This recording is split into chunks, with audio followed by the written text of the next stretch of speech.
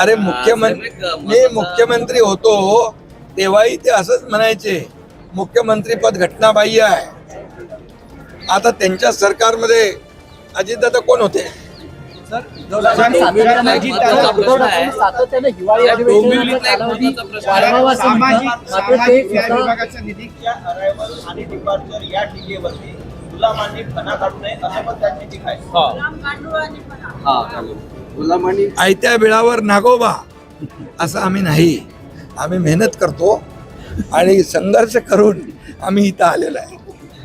एक शाखा प्रमुख ते मुख्यमंत्री, एक शेतकऱ्याचा मुलगा ते मुख्यमंत्री, हे हजम झालं नाही, अजूनही होत नाही, अजूनही पोटदुखी आहे.